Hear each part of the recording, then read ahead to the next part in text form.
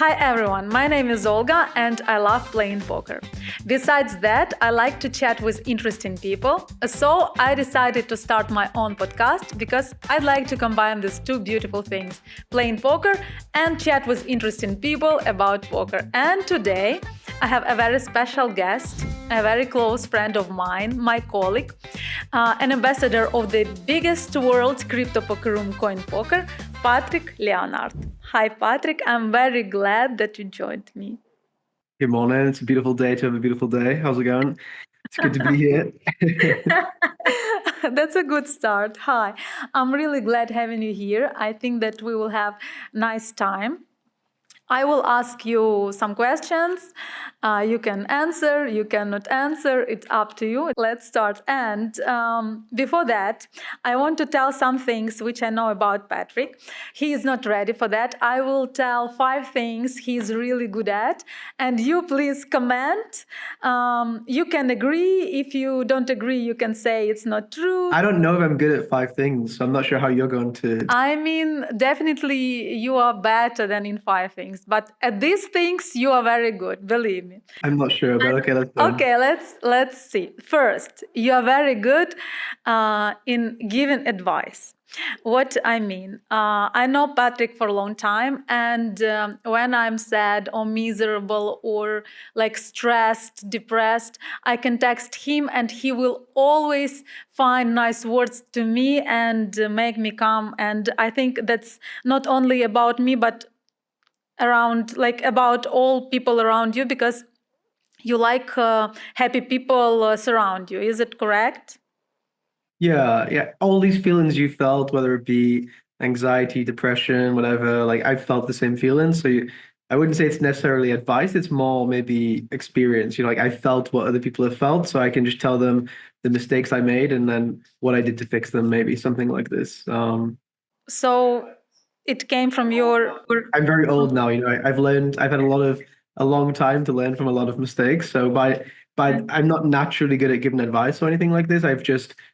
Most people in poker, whatever they've gone through, either I've gone through or a close friend has gone through. So I kind of maybe just understand it from experience. Yeah. Yeah, experience. Okay, so you agree with this, right? Sure. Okay. You're good in being independent, traveling, and living alone. That for sure, I would say I'm good at. Yeah. You Maybe not good at. Maybe I enjoy it. There's maybe. Okay. I don't enjoy traveling with others or living with others. So I enjoy being independent. Am I good at it? Maybe not. Maybe I leave the dishes for 3 days or whatever. I don't know. But I wouldn't say I'm necessarily good at it, but I enjoy it. Okay, you're comfortable with that. Yeah. Okay. In being logical and thinking rationally. Well, I would hope so. Yeah. I'm not very emotional, I would say. I don't probably nobody has ever heard me shout before in person. So like I'm very calm, I would say.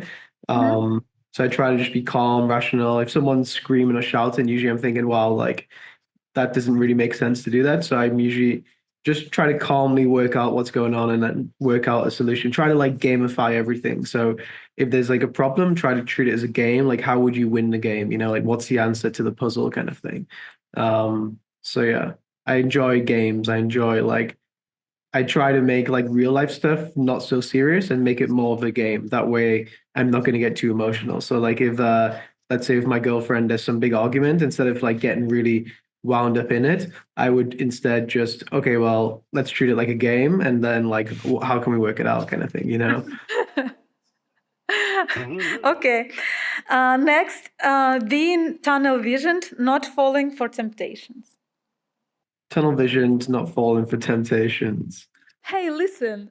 These 5 things you told me when we were chatting long time ago. I And know. seems like a lot of things changed. Yeah, I mean things do change. Yeah, things do change. Tunnel visioned, I would say less so now than I used to be. Yeah, I would say less so now than I used to be. When I was in my 20s, I was very tunnel visioned. Now less so, I would say. I would say less so. But when I was in my 20s, I'm probably good at being tunnel visioned. I just choose not to be so. Maybe something like this. Okay, let's see if fifth thing is true or false. Somehow you make dogs in the room choose you. That's definitely true. Yeah, that's Finally, that's thank def God. that's definitely true. Why is that? How do you think? I feel like, yeah, I don't know. I don't know. I feel I don't know. You should ask the dogs. No, I think it's about energy and good vibes, and animals feel it.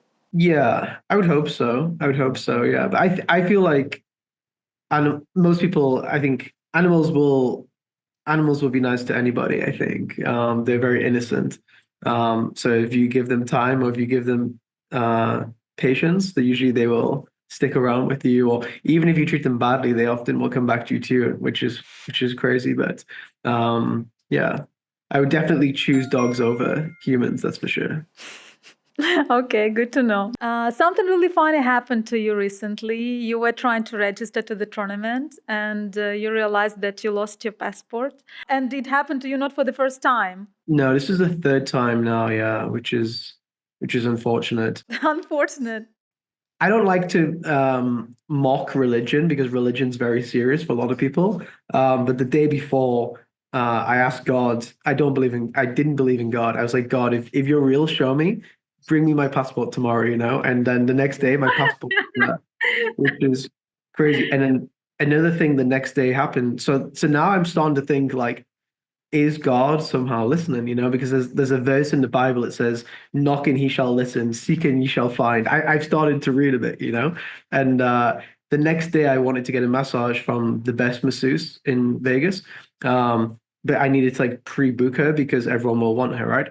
So I call up the massage company and I said, hi, I want to book a massage with this girl at 3 p.m. when the tournament starts. And they said, what table are you at? And I said, there's like 400 tables at the Win. And I said, "Oh, I haven't got my table yet. I haven't bought into the tournament."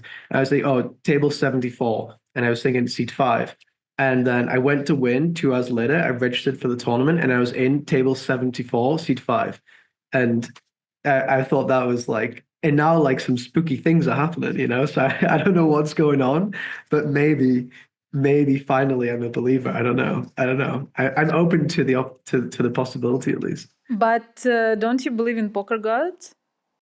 Poker gods? No, I definitely do No. not. I don't. Really? The one thing there's no justice in is poker. There's justice in life and love and whatever, but in poker, there's no justice. There is no justice. I had an argument recently with the one poker player, and I said there was a situation when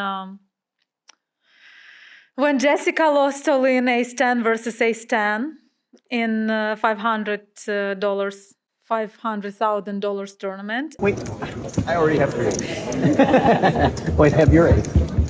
I was 3 cards.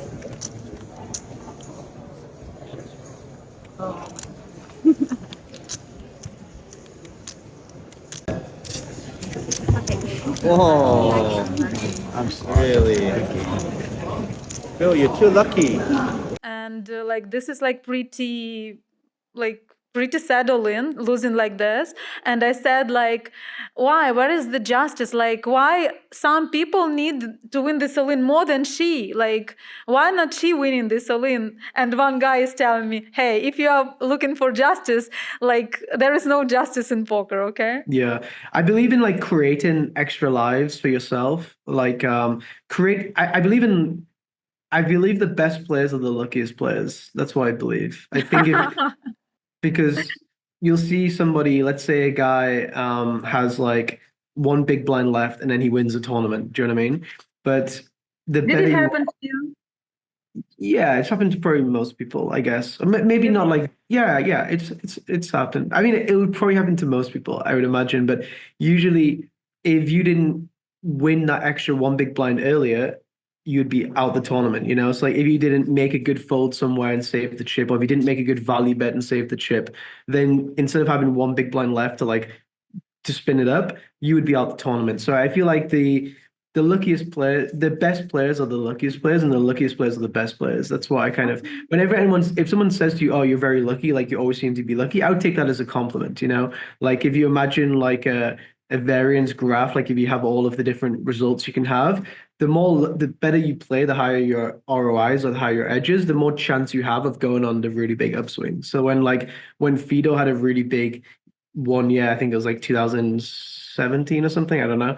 He was like also really good. So when he was playing these tournaments, he was sure he was like winning his all-ins, but he was also playing really good too. When he would lose the all-ins, he would also have chips left to then win the next all-ins, you know? So I think if you're a very bad player and your stack just goes down, down, down, down, down, then when you flip, you know, you're not going to have these extra chips to kind of be lucky with. So I do believe in like creating your own luck. In poker at least, and probably in life too, I would imagine. Like, let's say a guy wants to sell something to Apple or something like this.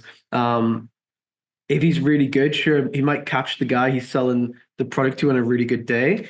But because he's good, he's going to have more chance to do it. Or maybe he speaks to 100 people and one guy really likes it. Whereas somebody else, if they're not open and they don't want to speak to people, maybe they speak to 10 people and they don't sell their product, you know? So like, I think you create your luck in everything, even in love, right? Like imagine a guy goes to a nightclub and speaks to one girl, probably he's not going to get lucky. If he speaks to 400 girls, maybe one likes him, you know, like he's creating his own luck in a way.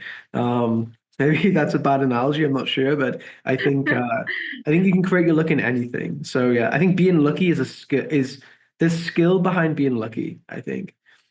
Okay, and what about this quote? I'd rather be lucky than good, or how they say? I'd rather be lucky than good. Yeah, I mean, yeah, yeah. I think it's probably a silly quote. Yeah, because like professionals should be good, like no matter like how you win all-ins, no? It depends because like the biggest pots you play in your life are going to be so much bigger than any other pot. Like Espen played in the main event, he played a pot where I think he had Queen Jack suited versus aces all in for like 50 big blinds deep in the main event. I think it was like 100 big blind pots, something like this. He like 4-bet or 5-bet all in and he beat aces or kings. Wow. He played amazing all the tournament, the final table, all the stuff, but like he would rather have been lucky in this one spot than play well in all the other spots, you know, like there's everyone can probably remember the biggest moments of their career, the biggest pots they've played, like really pivotal spots. It doesn't matter at that point if you got it in with 55% equity or 30% equity. It's more important you just win the spot, you know, like if you lose that spot, it's worth so much more than all of the other spots that you made, which were playing well, you know, all of these like trying to study and make an extra one big blind to your win rate. Like these win rates in dollars isn't worth that much. You get these parts of your career where you just play a massive pot, which is going to change your life one way or another. Either, you know, it's going to be worth millions in equity.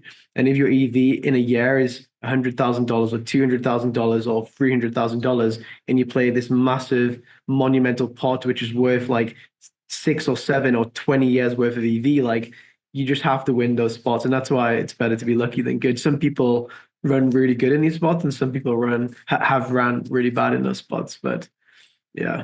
Do you remember your biggest spots? Like some like very special? I probably remember no I have an important pot I played when I was first playing tournaments. I was in a hotel room and I was on the final table of the Sunday Million, I think. Or maybe I think Sunday Million. And I was in the hotel room and somebody opened and I free bet Queen Jack offsuit. And the board was like 9-6 free, something like this. He checked, I bet, and the turn was like not like a deuce, like 9-6 free two. He checked, and I just went all in where there wasn't any bluffs you could really see. And this guy it would be very tough to put me on a bluff because there was no flush draw, no straight draw. Probably I wouldn't do this with ace king. This was like now 15 years ago.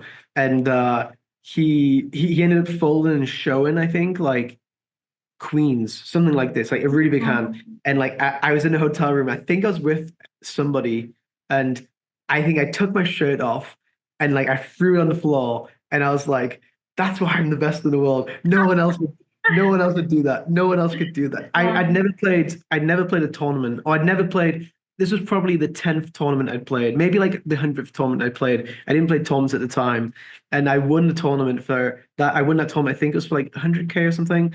And then after that, I got addicted to like bluffing in tournaments.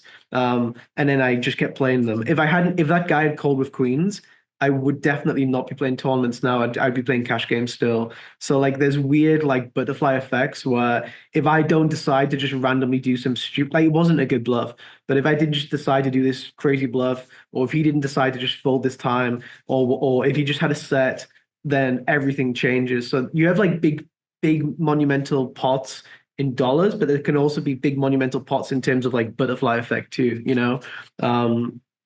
It often happens in live poker. Maybe you meet somebody because you're on the same table as them, and then you end up playing with them, going deep, and then you become friends. Then you travel or whatever, you know, and then it can change your life in ways too. Another very monumental pot is that I played another hand very bad. A guy opened called European, Samuel Vusen, and we were playing on PokerStars.fr. This was like 15 years ago too, and I made like a really bad shove against him. Let's just say I shoved like ace 7 offsuit or something. And afterwards, he wrote to me, "Hey, like that, like on Skype." He said, "Hey, like I respect your game, but this shove was really bad." And I was like, I lied to him because I respected him so much, and I said, "Oh, I have a note on you that you made a really bad raise or really bad call or something like this. So I was just exploiting you." Like I told him that, but it was just my ego. I didn't want to just admit I played bad. I just didn't know the spot. I wasn't good. He was better than me. And then he was like, "Oh, okay, that makes sense." And then we started speaking the next days. And then now, like 15 years later, we've spoken basically every day since. We're like very, very close friends. We run a business together. We speak poker every day. So if I hadn't played a hand badly, he wouldn't have reached out to me. There's a lot of like the most monumental pots for me are more like about significance rather than like dollars. But yeah. Hopefully next year I have a main event final table hand to tell you, but right now I don't have one. So Yeah.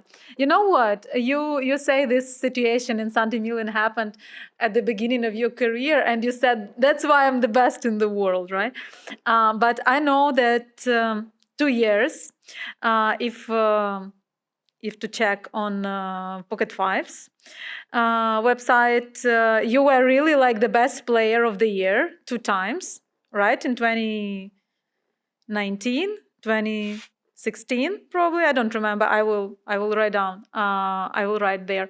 And when people were asking you if you really were the best, you were said that you were not. So when you really were the best, you were shy to admit that, yes, I'm really the best.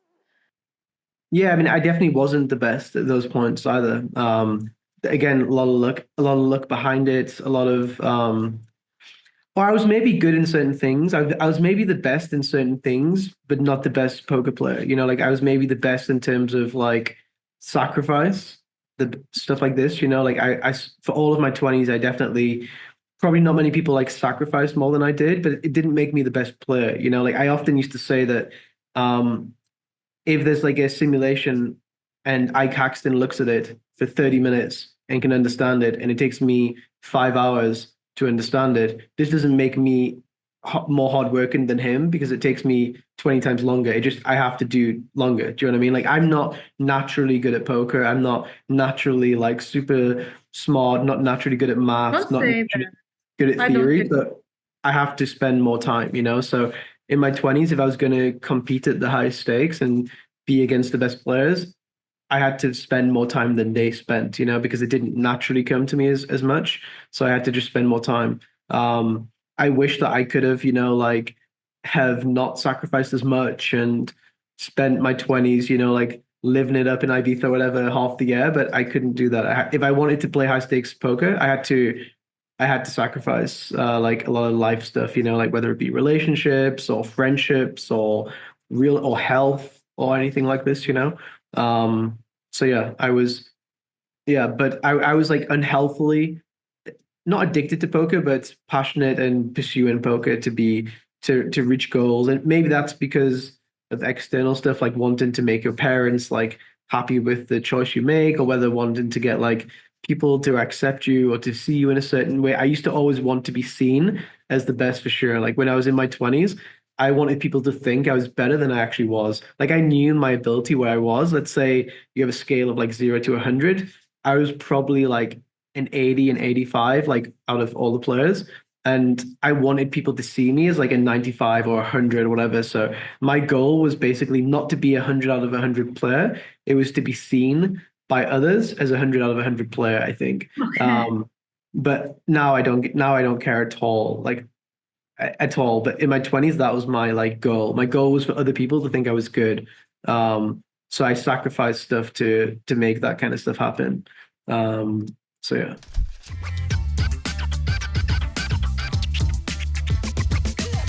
What do you think? From where this competitiveness like comes? Like, why are you so competitive?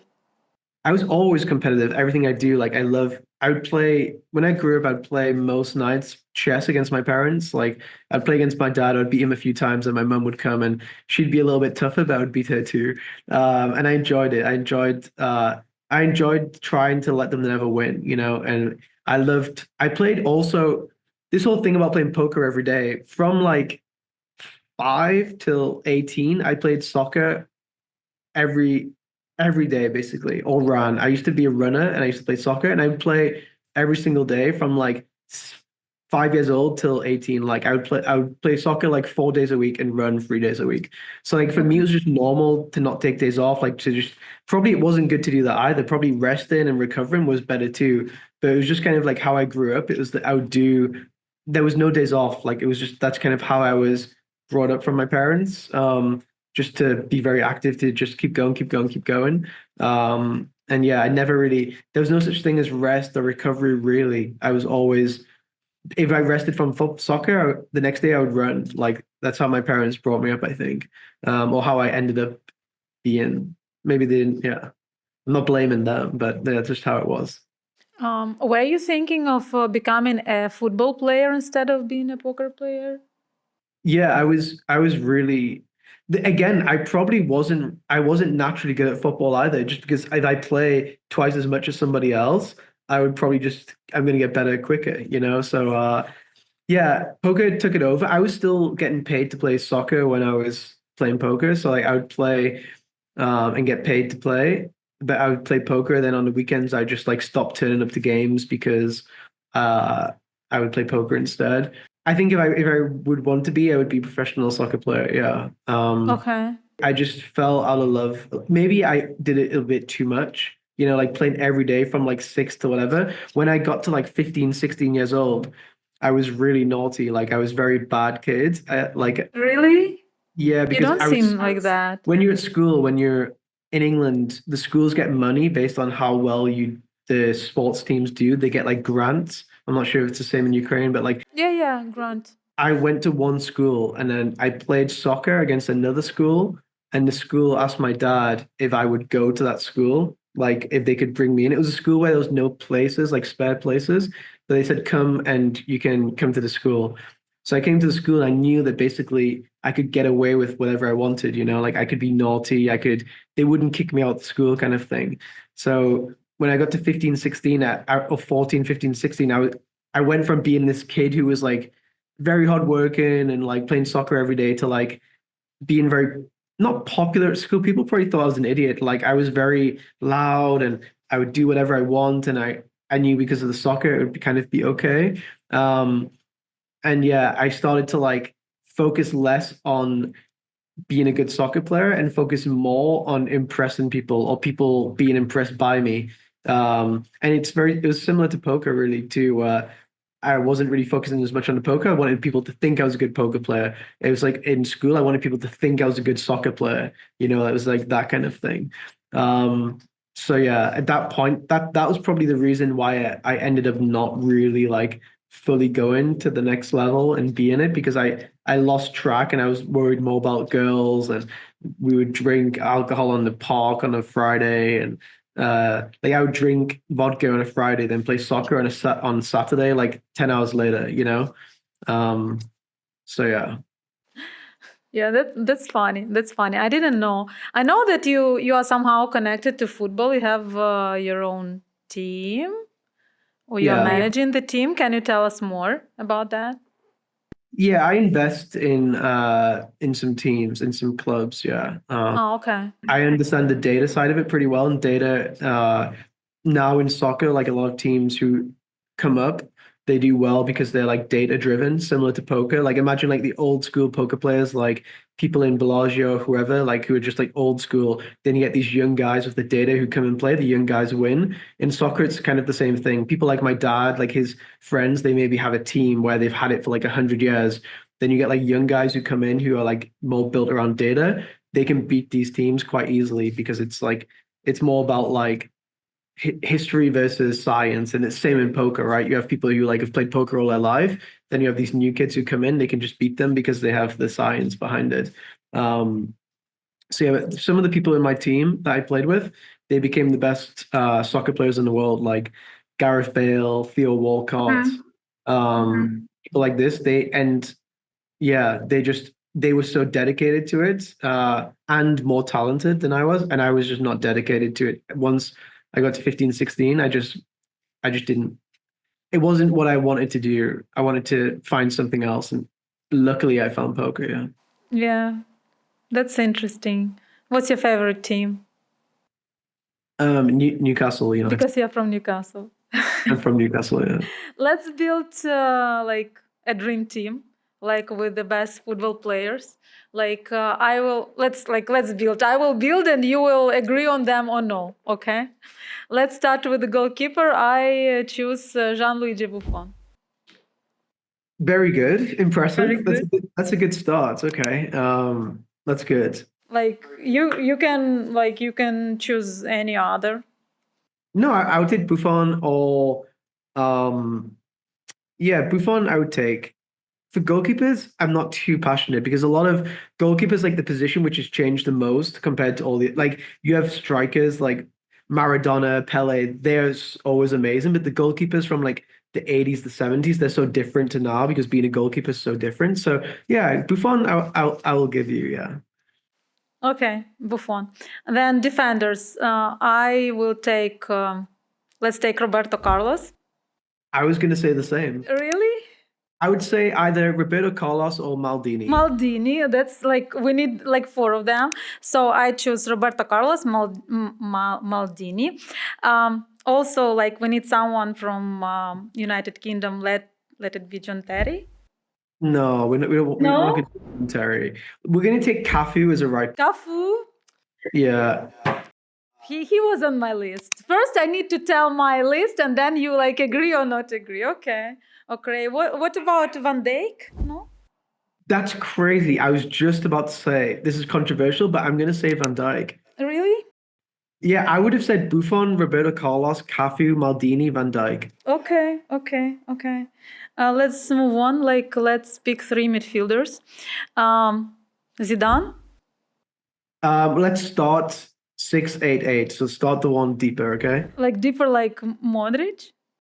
No, more Is it a- defensive. like So you have like a 6 and then you have 8-8, right? So the 6 is the one just in front of the defense. Okay. I will say Busquets. Olivier Busquets. Yeah. No, Sergio. Sir, Olivia, I'm too thinking about poker too much. Yes, Sergio Busquets. Okay. Sergio, yeah. What about George Best? He's on the wing, but no, he's not going to get in the team. Okay. So, but we take Zidane or no? We're going to take Zidane. We could Busquets, Zidane, and then on the other side, you can either have Gerrard, Iniesta, Gerrard, Iniesta, Modric, Cruz, but we're probably going to go for Iniesta. I think Gerrard. Gerard? Okay. Okay. Let's go. Okay.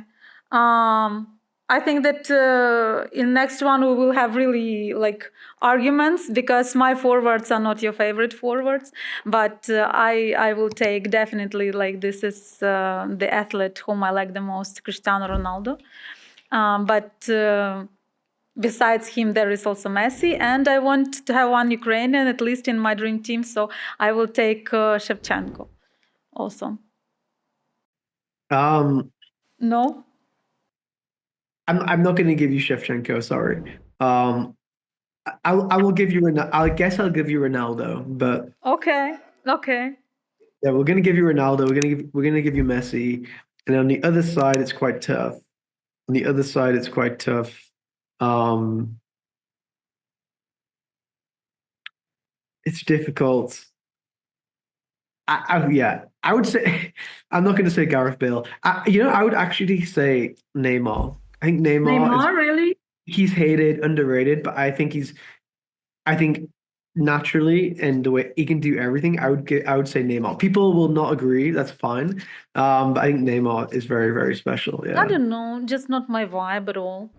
Although he is a great poker ambassador, I mean, that's very nice. His dog's name is Poker, and like it's good, but I don't know, like just not, I don't know. Okay, we'll give you Shevchenko. Shevchenko, that's great. But if we give you Shevchenko, then Ronaldo has to play on the wing. Okay, let's do it. Do you know any other Ukrainian football players except Shevchenko? Yeah, of course. Really? Yeah, Lunin, Zinchenko, Mikalenko, Mudryk. Yeah, you know the names. You just need to work on pronunciation because when you name these names, they don't sound Ukrainian. Trubin, Yaremchuk. Yeah, he's good. There's a guy with ZA, guy who plays for Bournemouth. Barney? Zabani. Yeah. I know most. There are some. Yeah. Okay, good. Can you play or no? No, I'm not talented at all at nothing. I don't know. I'm so bad in everything. Everything I start is like I'm the worst. Believe me, I don't know what's wrong with me. The problem in me that like I have a lot of interests. Like I can be passionate about something, but then I lose interest too fast. The poker like is the only one thing like which I like through the years. I don't know. Okay.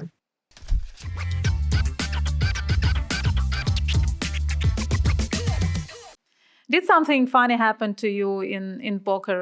Like I will tell what happened what happened to me. I like I'm very bad in bluffing, but I really like to do that. I don't know. I cannot just stop bluffing, and it happened to me 2 times this year that I like bluffed it off into quads.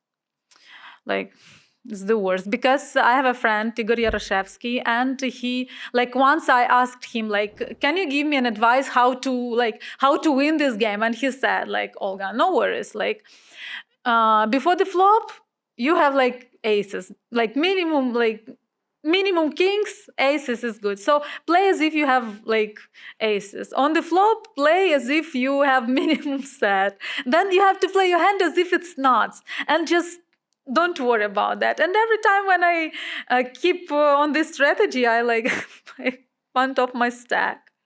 Yeah, And sounds a little reckless. I mean, I don't know. Also, like I know that it's better never to bluff into Asians because they never fold. I don't know. Oh, somehow they have reads on me. I don't know. What advice do you have for people playing the World Series of Poker? Never bluff Asians. Never. Did you have a problem with that? No, they just never fold. It's not a problem, but just don't bluff. And also, I have a problem. Like especially it's happening to me in America. Like when you bust after the tournament, you like to want to play more. You go to register, you see the big line, you are on tilt because you need to wait in this line. Then like I go to the table, I try to find my table, and I repeat to myself that please, Olga, don't bluff, don't punt it off like the first hand, like because it will take another 40 minutes for entry. I come to the poker table, I throw bet someone and battle in, and they just call me, and like they always have it and I don't have it, and I bust again. Like how can I like what do I need to do? Like I cannot stop doing this. Yeah, I don't like these. Well, I do. It depends. In general, bluffing isn't supposed to make money. Like the only reason you bluff is so that you can value bet.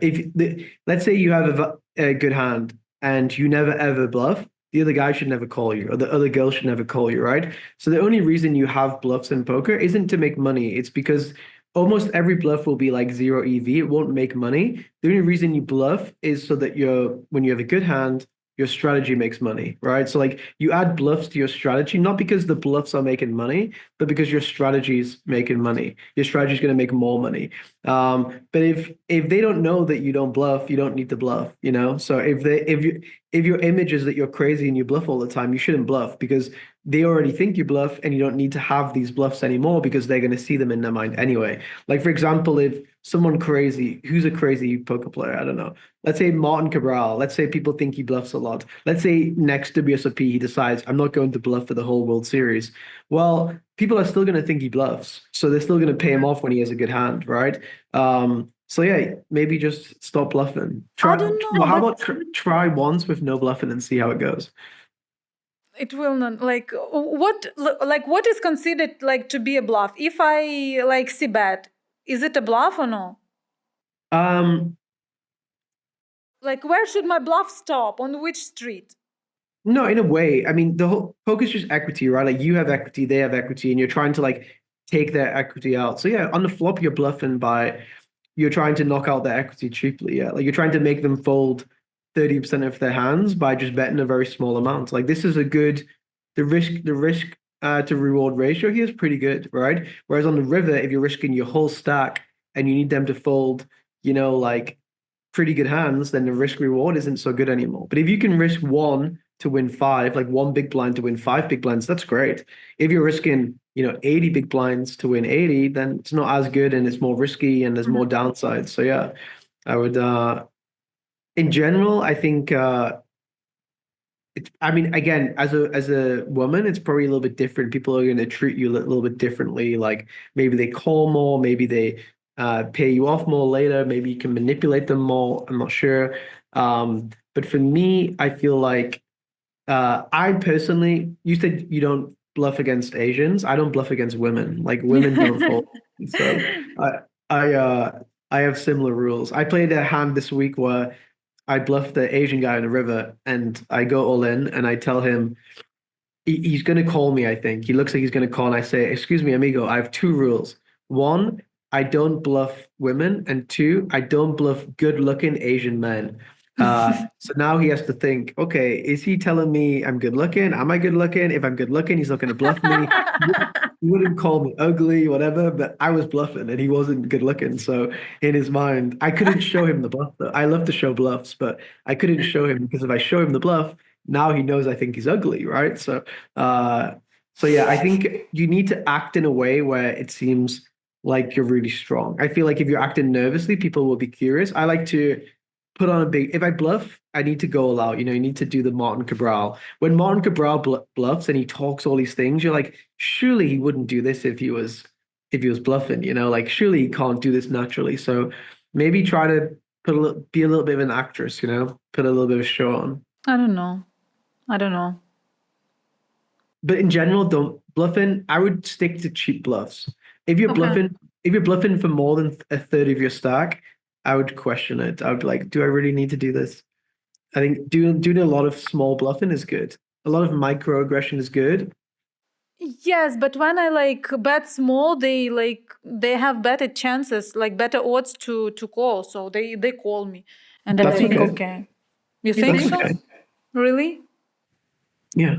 You know the story when a girl just started playing poker and her boyfriend was right behind her, and like she had flush draw, and on the river it missed, and the guy bet on the river, and like she called, the guy won, and her boyfriend like is asking her like, "Why did you call?" And she said, "I was bluffing."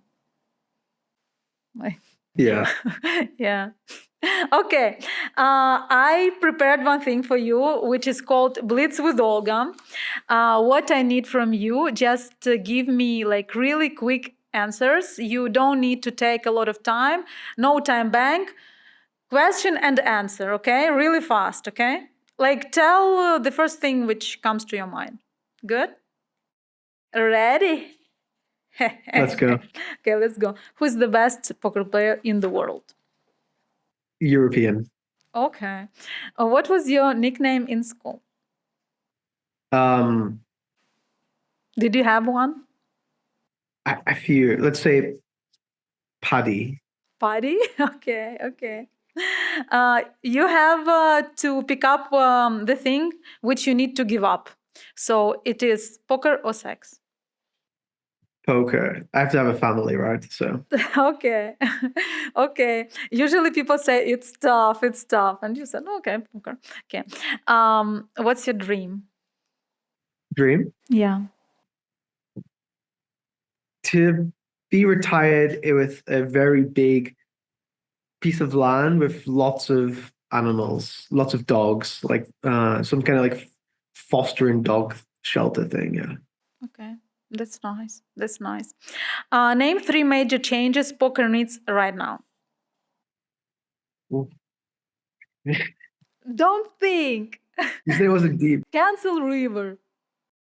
International league, like a recognized league where people like follow it, like, oh, this is the English team.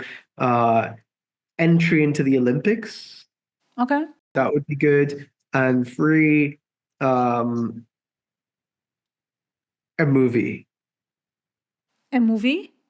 Yeah, like a TV, like Queen's Gambit in chess, like a poker version. Okay. Yeah. Okay, that would be nice, really. We need some kind of poker boom. I don't know. I don't know what will help, honestly. Just me winning main event, I think. Sure. Could I'll help. take it. Okay. Which song makes you happy? Song makes me happy. There's a song, I think it's called Let's Go.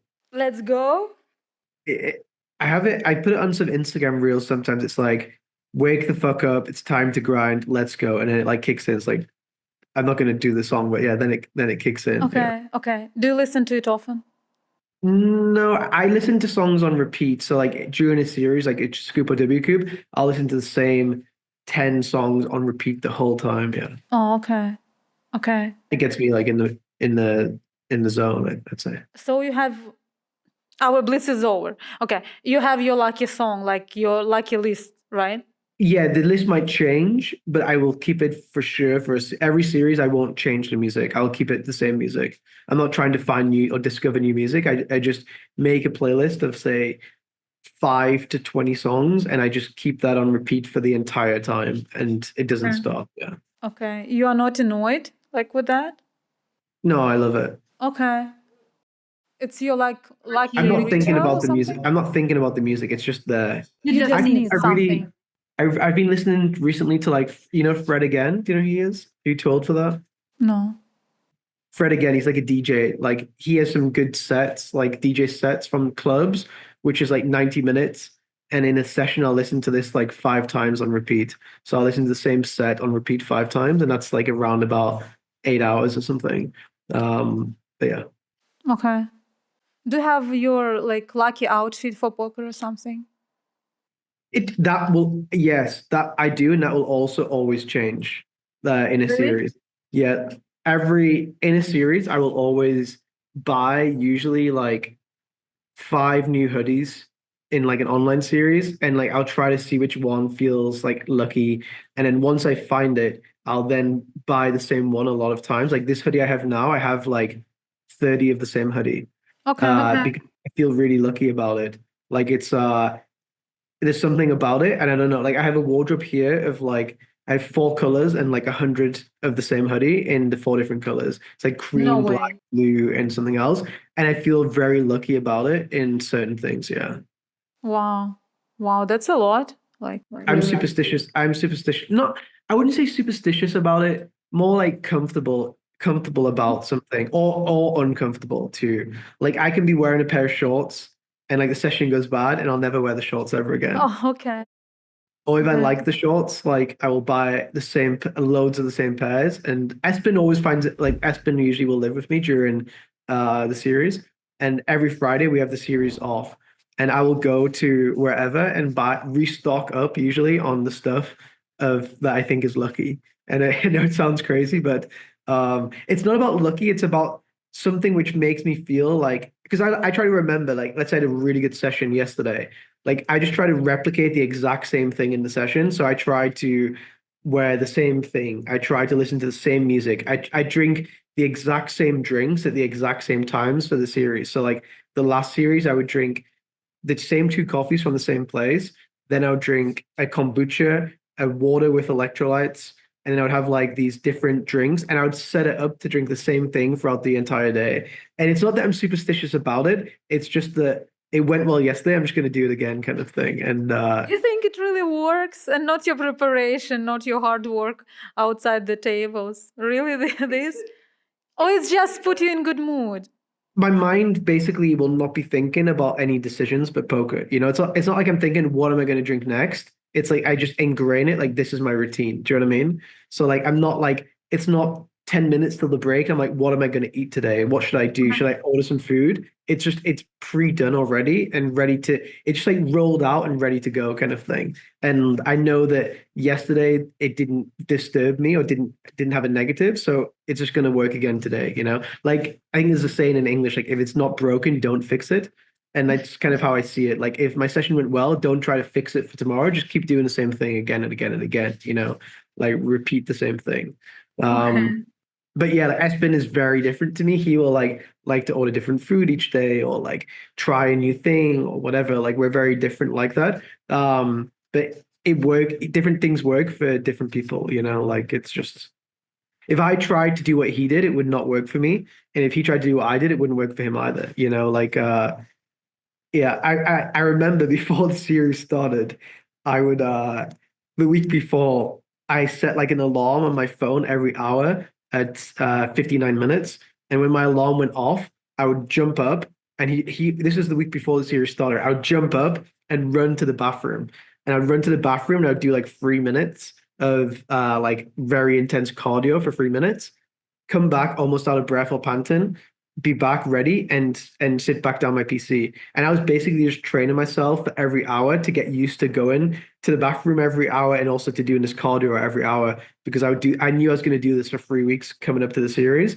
So like I try to get my body and my mind and everything just used to like some kind of like thing that I just do, So like I knew that every hour I would be doing the same thing in the future. So I would get myself ready like the days before the series starts because I know that I need those like kind of regular routines to feel like I'm in the groove, in the zone, So yeah, I'm weird for sure, but it is it's how it is. You're not weird. I have a friend who, for example, when he busts from the tournament, he goes home, he fully changes his outfit, like every piece, like socks, underwear, like definitely t-shirt or something, like, and only after that he goes and plays again.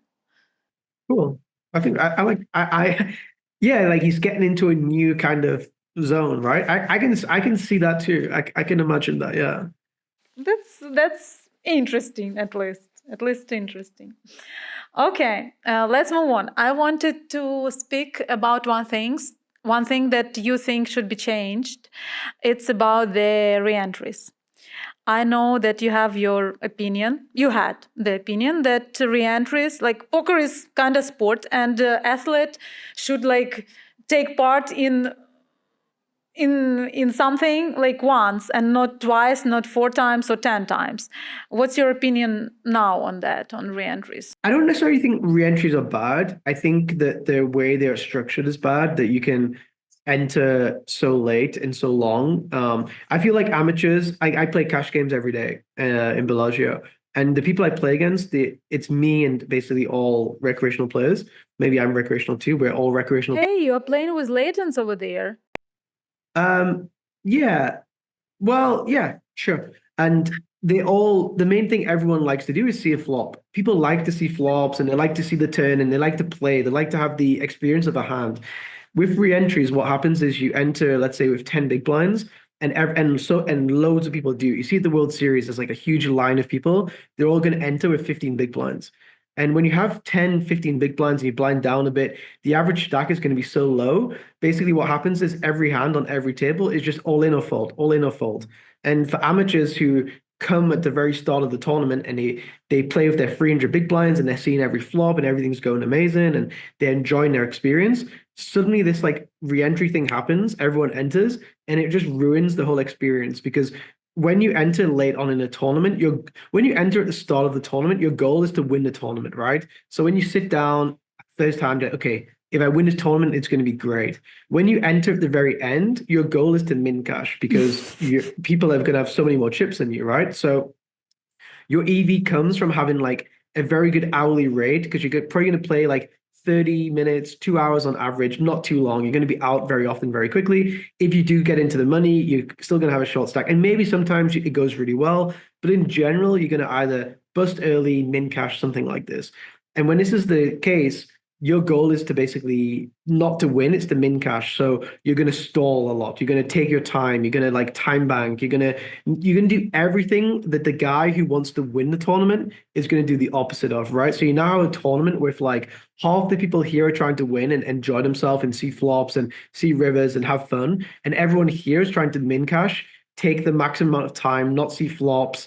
If you play correctly, like pre-flop with ICM, when you're close to the money, you never want to call. You never want to see flops. You always want to like free bet fold, free bet call, jam, or open jam. You don't want to like see flops. That's not really how ICM works. So you now have like a big divide, and half the people want to play one way and half the people want to play the other way. The way these people want to play over here ruins the experience of these people. But the people who want to see the flops and play lots of hands, they don't ruin it for these people over here, because if they raise too much, these guys can just shove and these guys have to fold. You understand? It's like all of these people who re-enter on this side basically ruin the experience for all the people over here, and they profit from these guys over here wanting to see flops, wanting to have fun. I don't think wanting to have fun should be punished. I think it should be encouraged. So I don't think re-entries are bad. I feel like it's just the way that they're structured right now. If the re-entry stopped at say 40 big blinds, I think that would be great, And a lot of people, they bust out and they have 50 big blinds and they're like, oh, I'll just max it tomorrow. I'll just register tomorrow instead. If the registration was closing in 10 minutes, they would still register now. They're just choosing not to because they have the opportunity to manipulate and take advantage of the structure of the tournament. So yeah, I think the way it's set up now is not good for poker, but it could be good if it was done correctly. Okay, so you do not like to max late trade? I like it, but just not with the small big blinds. Yeah. Okay. I think if I want to go all in with 7 deuce in the first round of a tournament for 200 big blinds, that should be encouraged. I don't think registering at the last second should be encouraged, Like Daniel Negreanu used to go all in every hand back in the day to try to win a bracelet, right? He would just all in, all in, all in, all in, and he would try to build a big stack. But all of these entries he was playing were like minus EV. He was given to the prize pool. That's good, But I think that's okay. I think that's like he's given money to other people by doing that. I think if you do it at the end, this 10 big blind thing, you're taking money from other people. Like if you buy into a $1,000 tournament, at the end, often your ICM value of your stack will be like 1,200 or 1,100 or 1,150. So this money is being taken by these people who came early. I don't think they should be getting punished for coming early, What was like the maximum re-entries you made? The maximum? Not too many, like less than 10, I think. Less than 10, because you say Negreanu was doing a lot of entries in one tournament. I don't remember that one. Well, back in the day, remember, like, if I go all in every single hand in a World Series event now with, say, 5,000 people in the tournament, getting to 5x starting stack isn't going to help me win the tournament that much. But when Negreanu was playing these tournaments, there was probably like, I don't know, 80 people or 200 people. Getting to 5x starting stack gives him a good chance to win the tournament, or like a decent chance. It changes his chances. If I get 5x starting stack in the monster stack in World Series, the chances of me winning the tournament are basically the same as they were at the first hand, But for him, it was good, like when people wanted sponsorships and there was all these things happening, winning bracelets was like a really good thing, like 10, 15, 20 years ago, whatever. Yeah, do you have a goal of winning a bracelet or no? Me, no. No, really? I think if you win a bracelet, it doesn't show anything really apart from that you were lucky. Like I feel like success in poker is like longevity. If I'm still playing the World Series in 10 years, or if I'm still playing in Bellagio in 20 years, that's like success to me, because I managed to like stand the test of time, ups and downs. Like I managed somehow to make it work. Winning one tournament, like my mom, like I see terrible people winning tournaments every single day. It doesn't mean anything, If someone is still around for 15 years, they're usually that I admire, I respect that, you know. The only reason to win a bracelet is so other people like see, oh wow, you won a bracelet, that's amazing, you must be so good. And I really don't care at all about that. I used to, of course, so much. That was everything to me, but now I don't care what they think about me as a player. Doesn't matter. Okay. Okay. But still win a bracelet. Like, I think that every tournament player like has this goal. I don't know. I would be happy. I wouldn't be like, oh my God, I won a bracelet. I'd be, oh, this is incredible. I would love the experience, but it's not a Okay. goal. It's not some, I don't like making goals which aren't in my control, you know? I Mhm. can't control myself winning a bracelet. I can Yeah. control myself doing other things. If I make goals and I can't make them, it makes me very frustrated, anxious, whatever. So if I make bracelets, which if I make a goal of winning a bracelet and I can't do it, then I wouldn't like to make those kind of goals, you know. Yeah. You need to have a plan how to make it, and still. It's more of a dream, right? I would say like Yeah. that's a dream, but it's not a Yeah. dream to me though. Kinda. Kinda.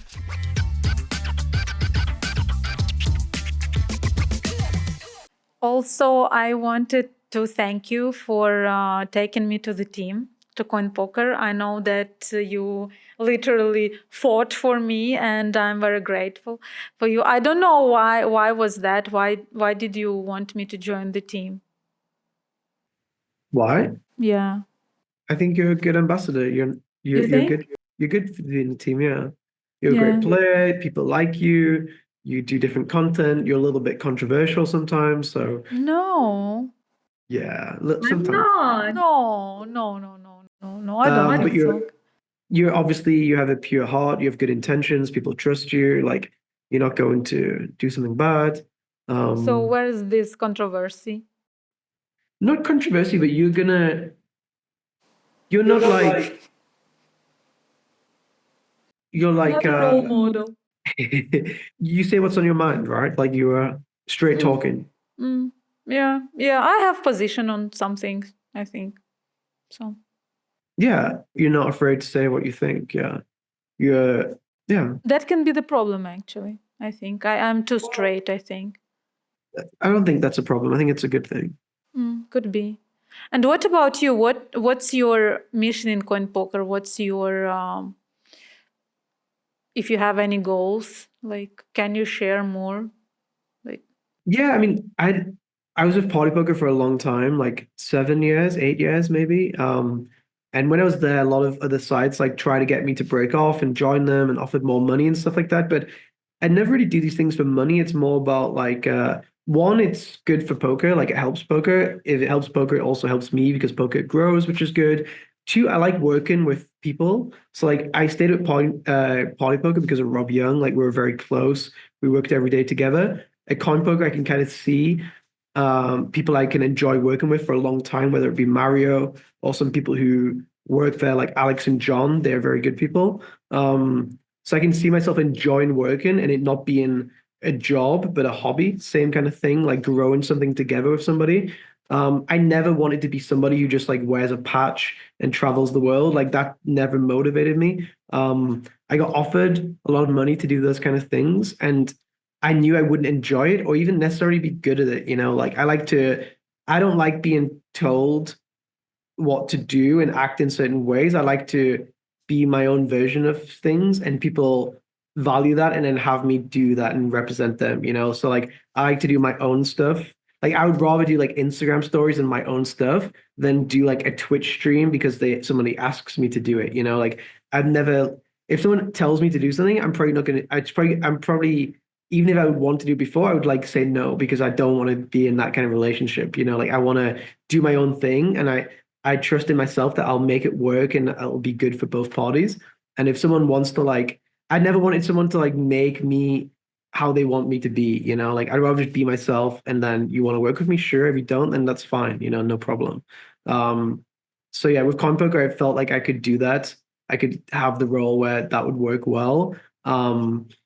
And yeah, given an option for players, because I feel like competition in poker is important. If one site has all the market share, they can charge more rake, they can charge more fees, they can make the structures worse. Because that's what I would do. If I owned a poker site and there was no competition, I would make it worse and worse and worse for the players to grow my business bigger and bigger and bigger. That's like if you're the only coffee shop in a city, you're going to charge a lot of money for coffee because people like coffee, like that's how it would work. If there's now 100 coffee shops, you have to put your prices down a little bit. So yeah, poker needs competition, and to help grow a competition which will be worthy of being a competition is a good thing, which I like to do. I did it at Party Poker, and I think at CoinPoker it can be even bigger because of resources and because of the structure of how it works. Like Party Poker had a lot of problems because of regulation. They were owned by another company who were a billion-dollar company who had all these different betting companies, and they didn't want to lose their licenses and they need to follow practices. CoinPoker is a lot more flexible. It's a lot more agile. It's a lot more dynamic. They can do more stuff. This is their main business. This is what they're driving. I feel like that's a good thing. Like GG Poker. GG is GG Poker. They don't have all these different things. Whereas PokerStars, they're owned by a company who also owns, I don't know, Paddy Power and these kind of companies, and they need to be very strict with a lot of stuff. I hope that you and me, like together, I hope that I will make what I need to do for the company and poker become more popular. And I hope I'm really happy to work together with you. I'm very grateful for you to make me join the team. So that's what I wanted to say. And the team's very happy to have you, obviously, too. Oh, that's so nice. Thank you. Also, what I wanted to discuss is that it's been a year since you recorded that controversial video about cheating in online poker. We need to stop playing on all of these sites. It's a joke. The amount of cheating which has been going on and the amount of respect that we get back from the sites and from the ambassadors is just a joke. I wanted to ask your opinion, if anything changed from that. Yeah, I mean, this two different things happened, right? There was like this reported $10 million, which was like stolen from the bots on ACR. And then there was like this super user thing on GG where the guy could see the cards or something. I think both of the things probably just make a lot of people's trust in poker kind of if my friends who I play live poker with at home, they are less likely to play online because of these things, and these things, the trust of these things take a long time to get repaired. Like something bad like this happening takes a long time to get prepared. And this is why I think ambassadors should have a lot of pressure put on them. When things like this happen, they should be pressured to make sure the companies are doing things in the right way. Like if for some reason there's a big scandal on CoinPoker next week or next month, I wouldn't stay quiet. I would speak up. I would go public and say what I think. And if CoinPoker didn't like that, I would leave, and I feel like when these things were happening on the other sites, a lot of people stayed quiet when a lot of people had a lot of money stolen from them, or people were maybe not comfortable about the trust or whatever it may be. I feel like as ambassadors, we represent the community. We don't represent the site. That's how I kind of see us. Like you represent the people who know you. That's who you represent. That's why you're hired. You represent them.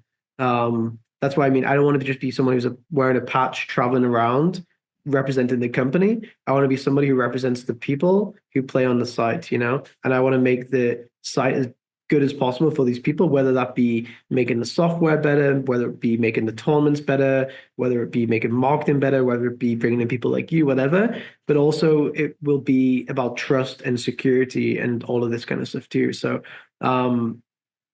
yeah, I feel like I called out a lot of people then that I thought people were staying quiet who shouldn't stay quiet, who I don't think you can start saying every week, come play on our site, it's so good, so good, so good. And then the stuff you were saying was so good, the people were actually getting cheated in or stolen from or whatever in these same games you were promoting, and then you just don't say anything. Like for me, I wouldn't be comfortable doing that. And if CoinPoker were uncomfortable with me speaking out, I would quit. Like I said to CoinPoker when I joined that if there's ever like a strike against CoinPoker with the poker community, let's say the poker community says, we're not going to play on CoinPoker for 1 week until they lower the rake or until they do this or do that, I will always stand with the community and I won't play too. I won't get put in the games. Whereas on some other sites, when something bad happens against the community, you'll often see the pros being like, told to play to like put up a union, put up a face, like show that everything's still okay. And I said to CoinPoker that I will, if there's ever like a community thing, I'm always going to stand with the community against the site, even if I'm an ambassador. And that's how I think it should be. That's how I think it should be. And I think the site should understand this too. If they don't, then I'm definitely not the right person to work for the site. For some people, they don't want this kind of to be this kind of ambassador, which is fine.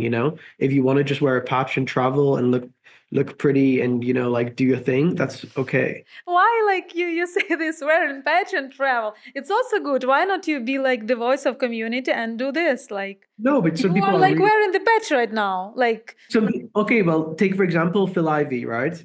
Like Phil okay, Ivey is gonna go and travel and be Phil Ivey, and people are gonna see him and they're gonna play because he travels wearing the patch. Phil Ivey okay. doesn't want to sit in a meeting with Full Tilt and talk about the marketing. Like that's not what he wants to do, right? Like someone like these people, they're very good at doing that kind of thing. So they don't need to do that thing, which is fine, it's okay. But still, he has like influence, I think, for management. But he Or doesn't like, want to have, yeah, he can have, if he wanted to, he would have it, but he doesn't want to have it. Like he wants to just do his thing, which is fine. It's completely okay. I just don't like to do that side, you know? Um, if I was as pretty as Phil, maybe I would, but who knows? Right now, I'm happy to be the nerdy guy behind the scenes doing this stuff. you're not behind the scenes. Which is fine. Again, like it's okay to be that version of an ambassador. All I'm saying is the people who preach to the community they're a certain kind of ambassador, and for the people, whatever, when it really comes to the time to be for the people, you have to be for the people. Like when Full Tilt went down and Phil Ivey didn't say anything, I don't think no one expected him to say anything because he wasn't that guy who would say things. The people you expected to say things were Chris Ferguson, Howard Lederer, these people, because they were the people who used to speak up for the company. They would go to interviews and speak about X, Y, Z. So when it went down and they say nothing, you're like, well, now's your time to speak. People didn't say to Phil Ivey, hey, like, come tell us everything, because that's not what his role was, and people didn't understand it. So if I'm saying come play on CoinPoker, it's safe. Come play on CoinPoker, it's good. And then somehow it's not good or not safe, and then I don't say anything, I go quiet. I'm just as bad as those people, and maybe one day it will happen. There's every site in the history of poker has a scandal. Every site, something bad happens. And at one point, something bad will happen with CoinPoker. Who knows what it will be? And, then judge me on those. Don't judge me now of how I speak about idealistic of things. Judge me on how I act when it happens. Let's see. Maybe it will not happen, this situation. You think? Everything, I mean, it's like every relationship will have a bad day, right? Every relationship will have a bad month. It's like nothing is perfect ever. Nothing in life just goes like this. Even Bitcoin, right? We're here now, but to get to here, we had to go like this, like this, like this, like this. I don't think there's anything in the world which is always good. So I'm not going to expect CoinPoker to be perfect forever either. I expect there to be very, very good days and very, very bad days. It's just, that's what life is, I think. I want only good days. Yeah, Please. well, that's unfortunately not going to happen.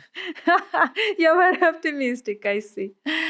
Patrick, I am very grateful to you for coming here to be with me and being so sincere. And I don't know how you can have haters, honestly. Like, Well, hopefully I don't anymore. okay, yeah, you shouldn't. Thank you so much. And I think that you enjoyed the questions. I really enjoyed your answers and happy to have you here. And thank you so much for everything and good luck in your future events. No, thanks for having me. Who's going to be the second guest? I cannot reveal my secrets yet. Unbelievable. Okay. But I will tell you like as soon as they will be confirmed. Okay. Thank you so much. Thank you. All right. Thanks very much.